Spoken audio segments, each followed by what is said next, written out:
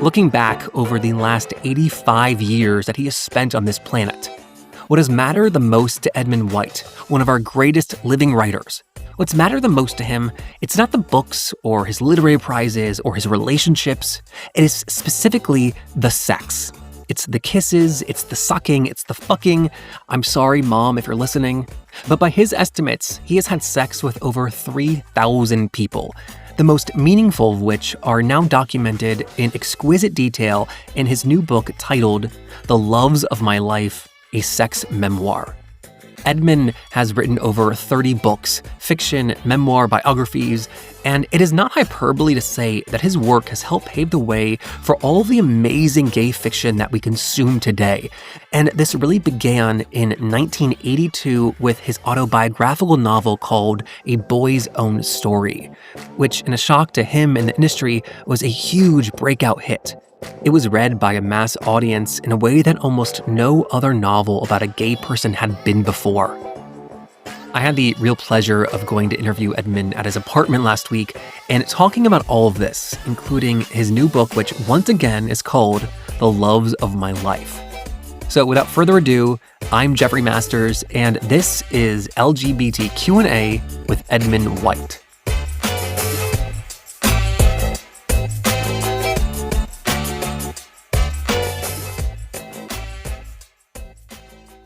So going back to the 1960s when you first moved to New York City, at that time you were meeting men, you were having sex with men, you were living what appeared to be like a gay life, and yet also you were willingly seeing a shrink to try to make you straight.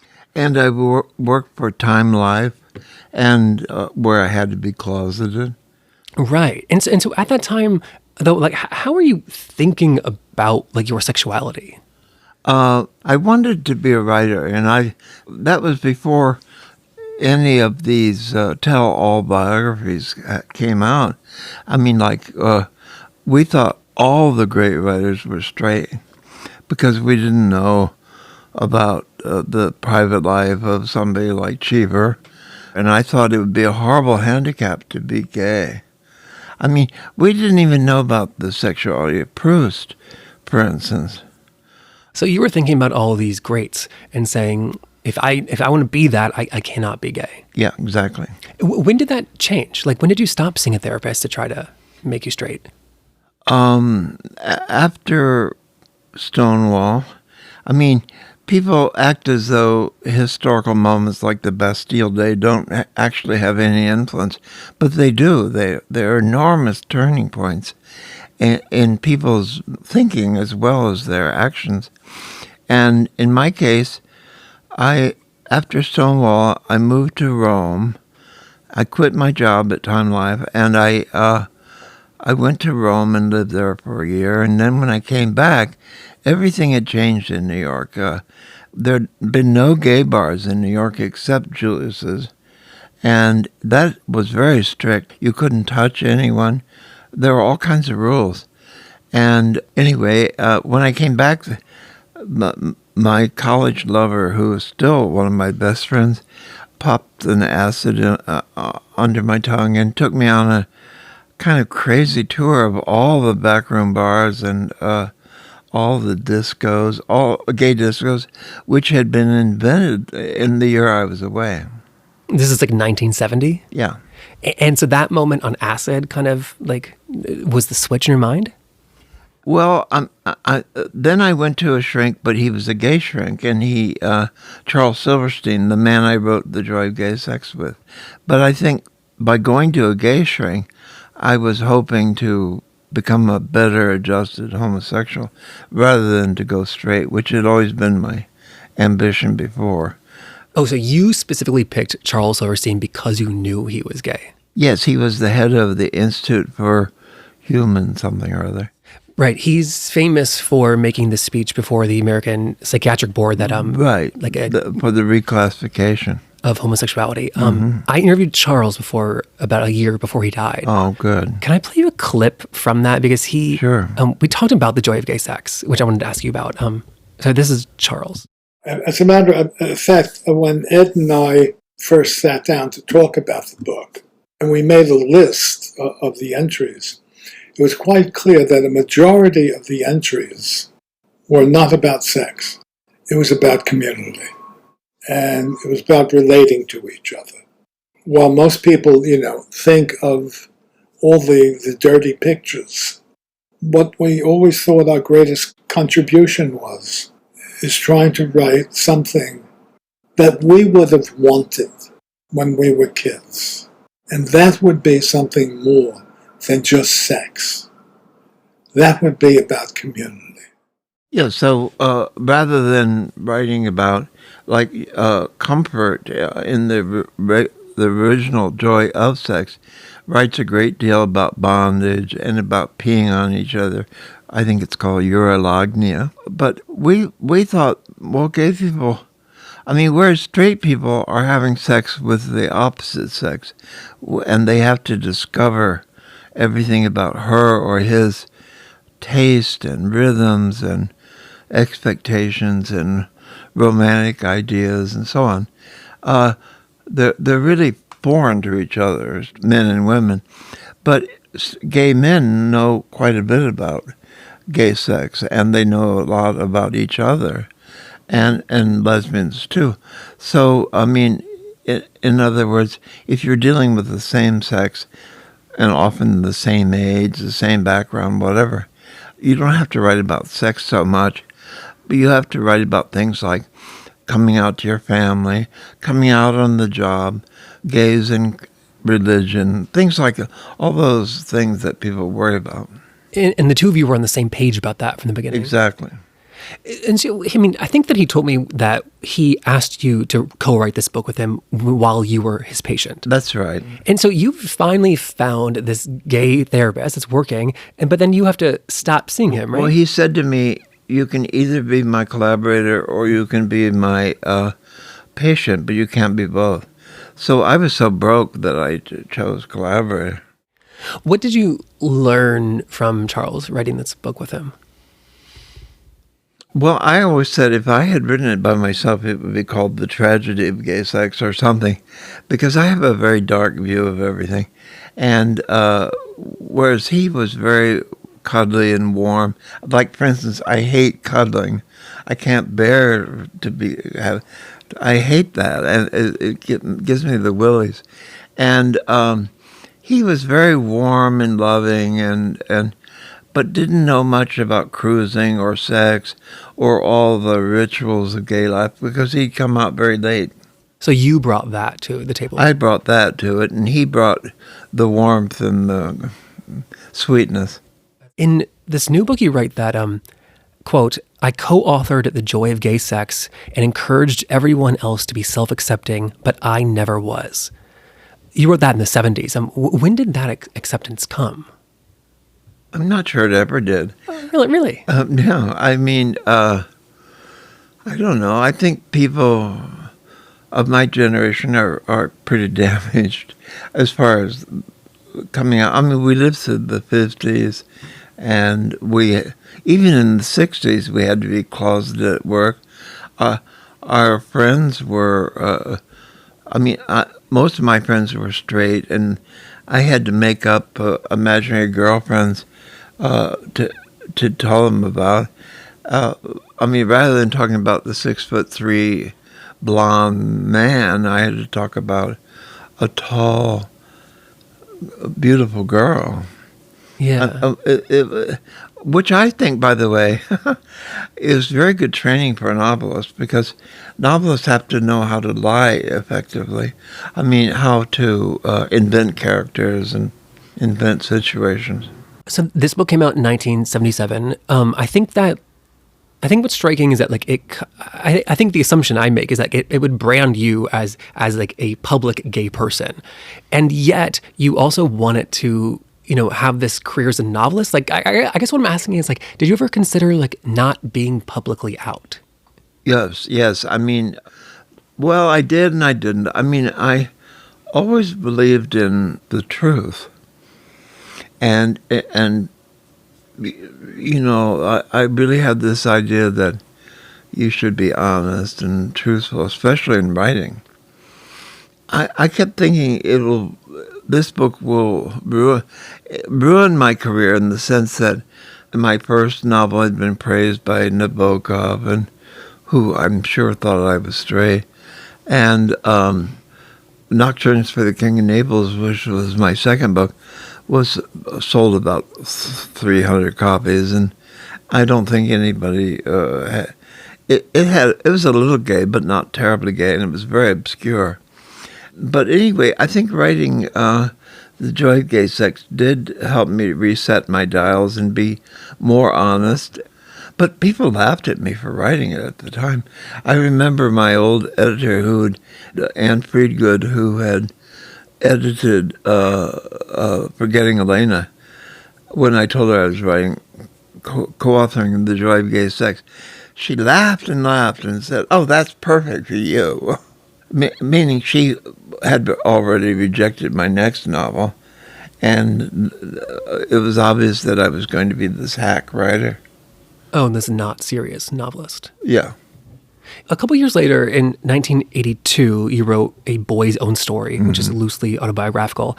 That's among the first widely read gay coming of age novels. What was the response to that book? Very good. I mean, it was in a way, what I'm going through with this book now.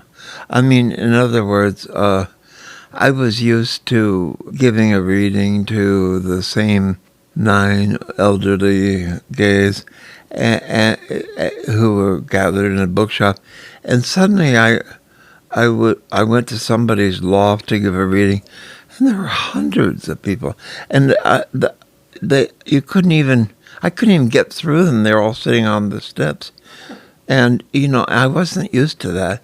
And, I'm sorry, this is A Boy's Own Story or the current Boy's Own Story. Okay, really? Huh. What is your assessment of why that book hit? I think that it filled an empty ecological niche. In other words, I think that Stonewall had happened, but for the first 10, 15 years, there weren't that many important gay books. I mean, in 1979, I guess, the year that Nocturnes for the King of Naples came out and sold, a few hundred copies, there were huge sales for Tales of the City, same year. So, in other words, I think publishers imagined at that point that gay books would be crossover books like Toni Morrison's Black Book had been. In other words, there'd be this great crossover audience. But I think that whereas white people can read about straight black people and identify because they have children, they have divorces, they struggle also, with domestic violence or whatever. That gays might as well be from Mars. They're so different from regular people. And so I don't think the crossover effect ever really happened, except with Boy's Own Story, because it was about the problems of a gay adolescent. In England, it had a lot of straight adolescent readers, not in America, where everything's so tribal and where there's so much identity politics. So if you're not gay, you don't want to read a gay book. For the new book, in the very first, I think the chapter, the prologue, you write this. I'm at an age when writers are supposed to say finally what mattered most to them. And for me, it would be thousands of sex partners. You're laughing. Is that something you've always been aware of? Yeah, I mean, I don't have sex anymore because I'm too old, but I used to have a lot of sex. I mean, every day. I mean, in the 60s and 70s in New York, if you wanted to go to bed, it was all before AIDS. Yeah. And I was in my 20s and 30s and sort of presentable. So just sort of? Well, average. But, I could go out and just pick up somebody very quickly. Was that the norm amongst people you knew? Yeah. That amount of sex? That's why I have that one man saying to me, why so few when I say I had sex with 3,000 people.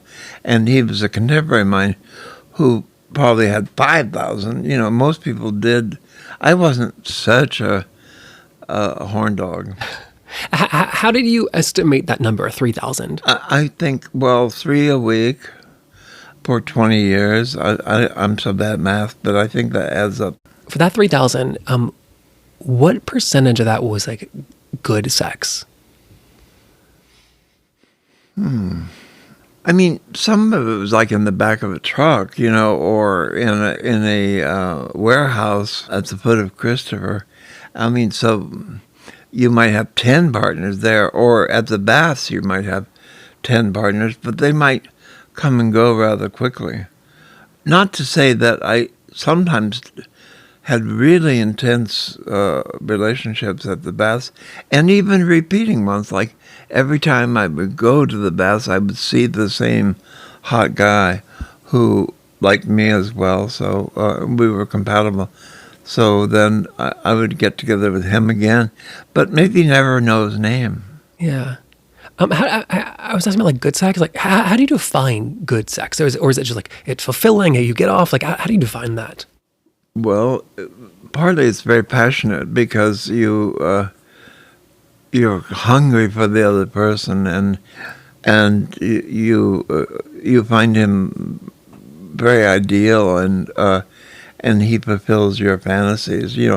Like I would order up Hustlers when I was writing late at night. These managed textbooks, which were so boring. I wrote 2 histories of the United States and 1 psychology textbook, all for freshman books, and I ghost wrote them all, so that it was endless work, because those textbooks are so like 1,000 pages, and I would be paid by the chapter, not very much, just a few $100s. But anyway, to make myself stand and work on that crap, I would order a hustler to come like at 3 a.m, which you could in those days. You'd call the madam, and you'd say, I want a 6'2" blonde top to come at 3 a.m. Well, hang on, doll. And you hear him talking on the other phone to a hustler saying, Bobby, are you free at 3 a.m? And then he'd say, yeah. I mean, hiring sex workers or hustlers, as you write about it, that's one of the through lines in the book. Yeah. I started when I was 16 with hiring hustlers. How did you find a hustler back then? This was like 1956, right? Yeah. I was spending the summer in Cincinnati with my father, because my parents got divorced when I was 7, but the divorce agreement said that I had to spend 1 weekend out of every month with him, and all summer, every summer. So I worked for him in that boiling hot city, and his office was only like 2 blocks away from Fountain Square, which was the big center of hustlers. And they were all standing around, cute boys from Kentucky, and who were wearing clothes right out of the dryer. They weren't ironed, and they all had slick back hairs, and they were straight, and you were gay, and they only cost like $10. And so one day you went over and hired one. Many days, every day, like hundreds of days. Wow. And then I'd take them to a little flea bag hotel, which was something out of a film noir. With a neon saying hotel, but 2 letters missing, kind of bed-buggy room that the clerk knew perfectly well you were only going to use for an hour. I think what's so interesting about you writing about sex workers is how like meaningful they've been to you. Like it's not just one-off experiences. Like you've traveled the world with them. You've had yes. Almost equally meaningful experiences to like relationships you had where like money doesn't exchange hands. Yes. There are a lot of good things about hustlers. One is that you can get them to come when you want to, when they like 3 a.m, and you can get them to leave when you want to. That's important. Which for a writer is very important. You actually, not to cut you off, sorry, you actually write in the book about like a list of 6 reasons why you like sex workers, hustlers. Can I have you read that section? Please, yeah. It's this paragraph here. What do I think of 60 years of hiring men for sex? First, if you pay for it, you can get someone cuter than your usual conquest. Second, it's efficient. They arrive when you want, leave when you like, no wasted hours cruising. Third, they'll do what you want within limits. Since 90% of gay men, at least in New York, are bottoms, you're safer hiring someone who agrees to impersonate a top from the outset. Fourth, if you have a goût exclusive for Nordic blondes or hairless Asians or athletic African Americans, you can get one, even when they're not numerous on the ground. If you like young but legal, you're in luck. Fifth, if you're ashamed of your body, now you have something to offer instead, money. Sixth, the whole transaction can be sexy. The John need not disguise his admiration. The hustler need not hide his preening. I mean, I think those are all important points. I like that. I mean, you can get somebody, if you hire them, who's above your pay grade. You know, you would never get when you were just cruising at a regular bar. I mean, you can get some fabulous bodybuilder, you know, or some movie star, handsome person, whatever you like, but you can get. Yeah. And the other thing is they'll do what you want. I mean, they know in advance what you want to do, and so they come and do it. Yeah. You also write that the great disadvantage is that respectable people, including respectable gays, disapprove. That's also the greatest advantage. Well, I mean, I think it's fun to be disapproved of by prudish people. Yeah, why is it an advantage? Oh, it's good to be an outlaw. With respectable people like disapproving, you right? Why did they like? Why did they like need to know? You know, like they wouldn't need to know, but I was such a blabbermouth. I mean, and then I write those novels, and yeah, like I'm not saying you should have hidden this, Edmund. How dare you, right? Right. But like it would have been very easy for you to be like, I do this in private. No one needs to know. Yeah, I don't think anybody did know how often or how abjectly I did it, but or how stoned I was or drunk or whatever. How much money would you estimate you've spent in your life on sex workers? Oh, gee, maybe $10,000. Not very much. Okay. Could have been more, yeah. I mean, I think one of the things I was wondering reading this book was like, how did he have time for like anything else? Because you've published prolifically, like over 30 books. And I guess to your point, it's like you used the sex as like a way to like make sure you finished your work, it sounds like. Well, hustlers are especially good for working because you stay in until your appointment. Then they're only there for an hour, and you are soothed by that, and you don't waste endless hours cruising at bars and buying someone dinner, wining and dining them. Yeah. Oh, it's efficient. Being interested in their mother and all that. It's the ultimate efficiency. It's the ultimate efficiency. Oh my God. You also write in the book, I'm just like quoting things back to you, I'm sorry. Please. Okay. You write that, like, I think it's counterintuitively that sex has always been linked to love for you, even when it's anonymous. Can you explain that? Well, you know, I wrote a biography of Jean Genet, and which is sort of the biography. It's the only really big one. You know, it was a very big deal. It won the National Book Critics Circle, one of those.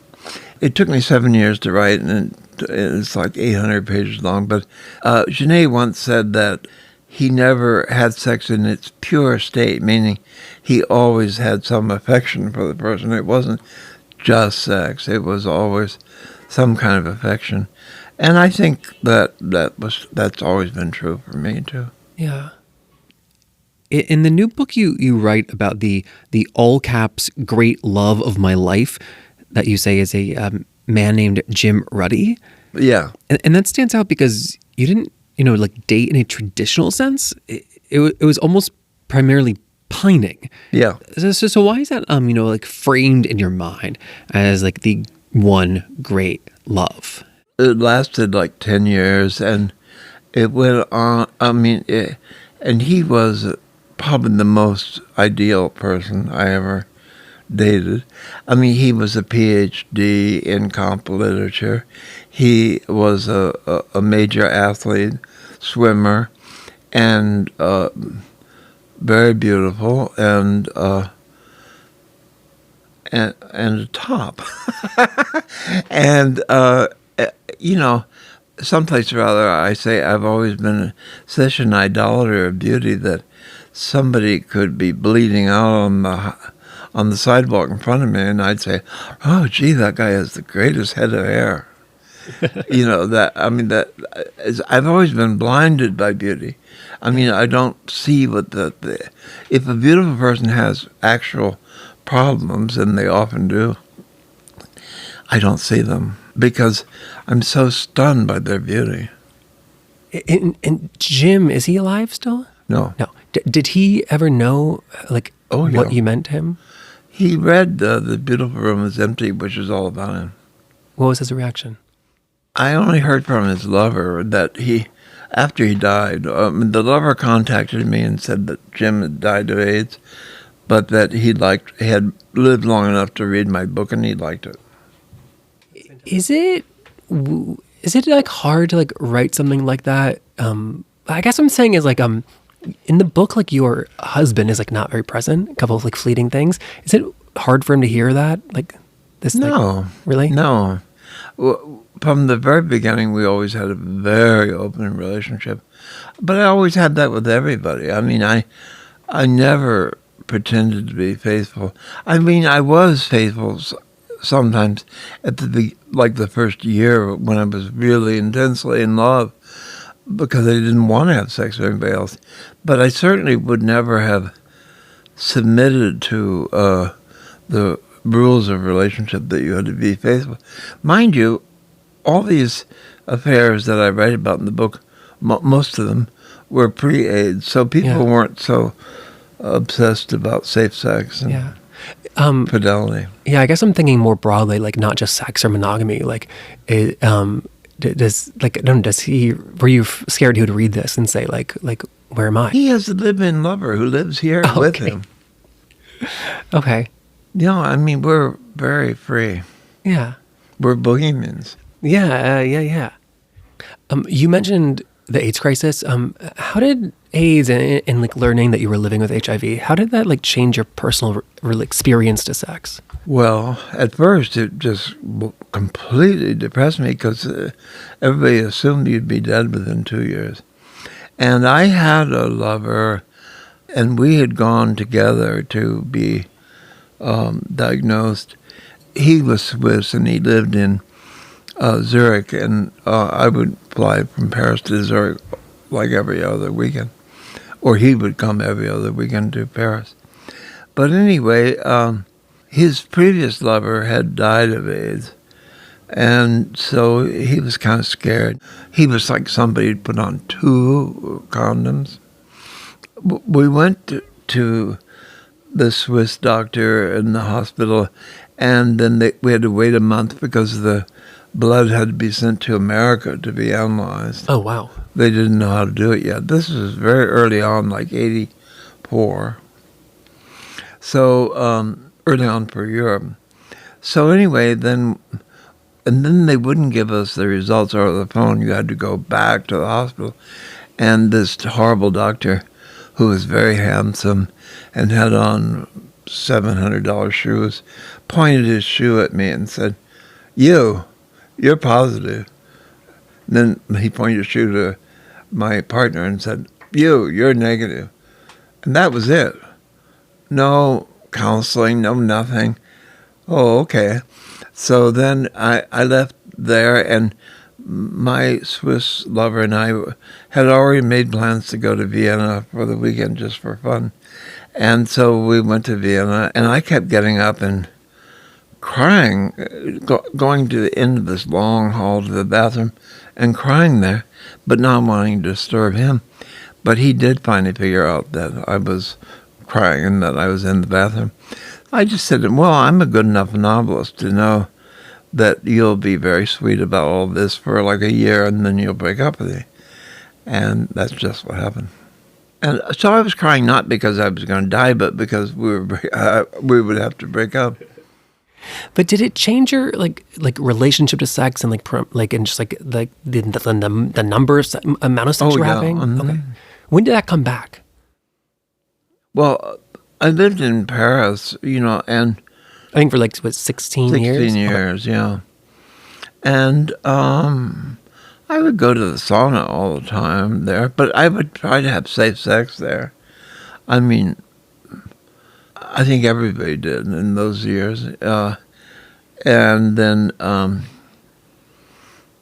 when did it come back? Well, I mean, I guess I went on what's it called, prep in 1986. Great. Wait, 86 or 96? Was it 96? 96. Okay, 96. Okay. Yeah. I was going to say, hold on. But, yeah, We're jumping science. I'm sorry. Okay, 96. Yeah. I mean, in the 80s, it was a death sentence. When did you stop feeling like you were going to die? Well, I kept wondering why I didn't, But then I would go and have my T cells taken, and they are dangerous when they get below 200. But mine were always like 600. And so it turned out I was what they call a slow progressor. So by the time my numbers drifted down to like the 200s, it was mid-90s, and I was able to go on those. And then science caught up to you. Yeah. Wow. You mentioned that you don't have sex anymore. No. Why not? Well, I'm so old, and do you desire it? No. Oh, when did that start to happen? Well, I mean, I don't even get erections anymore. I don't even jerk off anymore. I don't have none of that. I mean, normally somebody my age who's gay would be getting hormone shots, which would restore his sex drive. But I had a heart attack and two strokes, and if you have that heart problem, you're not supposed to take hormones. So I can't. So I don't have any sex drive, and I have a very beautiful 28-year-old friend who is the squash champion of America, who comes and stays with me and is madly in love with me, and is always wanting to have sex, but I don't know. I just say, "Oh, get off my back!" I don't want. I don't want to be bothered. But he's absolutely gorgeous, and I love him, and he's a wonderful writer, and he's a wonderful person, and he certainly is amazingly beautiful. But I can see that, but I don't desire it. Sex was such a tremendous part of your life and your identity for so long. Do you feel like something's missing? Well, I mean, I write about it like this book, but no, I mean, I'm. You can say no. It's okay. Yeah. Yeah. I mean, I had a last love affair, which was the subject of a book that I wrote called A Previous Life. And he was a Sicilian prince, and he was everything for everybody. I mean, he's a famous doctor. He's absolutely beautiful. But he left me for somebody young because he had never fancied older people. It's just that he'd fallen in love with me through my writing. And he moved to America to be with me. And we were together 3 years. But then I don't walk very well. And we went to Faro, and I thought, oh, this is the end. Because he said, let's go for a moonlit walk. And I said, are you kidding? I can't walk. And he was very angry by that. Oh, I can't even go with my lover for a walk. And So he was the last guy you had sex with? yeah, and after that, no, nobody. You said that he fell in love with you through your writing. Is that something that happened a lot to you? Uh-huh. Was that exciting or was that like too annoying? No, it's nice. I mean, like my husband, Michael, fell in love with me through my writing. I mean, he's 25 years younger than I am. Yeah. What scares you the most about like getting older? Well, I since I've had 2 strokes and I had to relearn how to speak and walk to the small degree that I do walk, and the idea of having another stroke and ending up a vegetable is too horrible. I mean, that is the worst thing about getting old for me. Yeah. But otherwise, my actual life is wonderful. I mean, Yeah. I never leave this apartment. It's probably been months since I've left it. Oh, really? And Michael arranges all my meals, and then tons of people come for dinner, and Michael arranges all that, and we have a maid and all that. So it's a very nice life, and all I do is write and read. I read constantly. I'm writing a book. I mean, I want to write next a book about Louis XIV's gay brother, because he had a brother called Monsieur, and Monsieur had a whole shadow court of gay men, just like the king had his regular courtiers. And he was married twice, and he had children and so on. But everybody in those days was bisexual in a way that seems odd to us. I mean, even though he was gay and kind of effeminate and liked jewels and things, and would wear makeup into battle, but he was a very successful soldier. Wow. What is the state of the book? When do you hope to have it finished? I haven't even started. Okay. I'm finishing another novel, and I have another novel. Okay. I have one in the, but you know, Bloomsbury won't publish me that often, so I keep stacking up these books.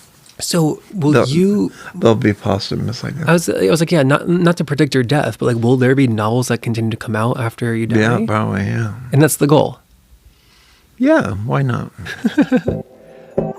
Thank you for the great conversation. You're welcome. This was fantastic. Yeah, it was fun.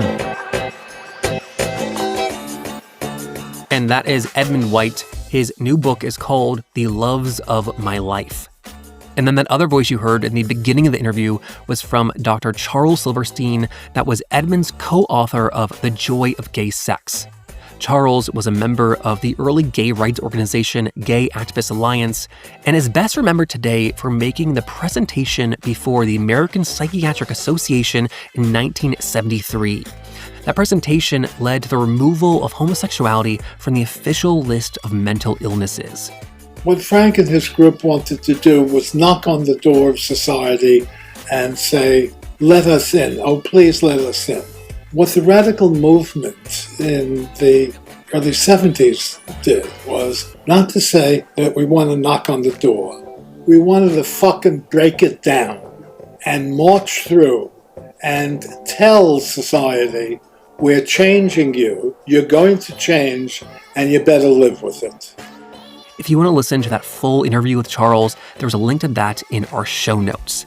And also in our show notes is a link to our Substack, which is the very best way to support our work, to ensure that we can continue documenting these stories, these histories. You can sign up for our Substack for free, but if you're interested or willing to chip in to help us with some financial support, there's also a paid tier. So thank you so much to everyone who has joined us there. Thank you, thank you, thank you. This is an independent show, and we really, truly could not do it without you. All right, I'm Jeffrey Masters. Thank you so much for listening.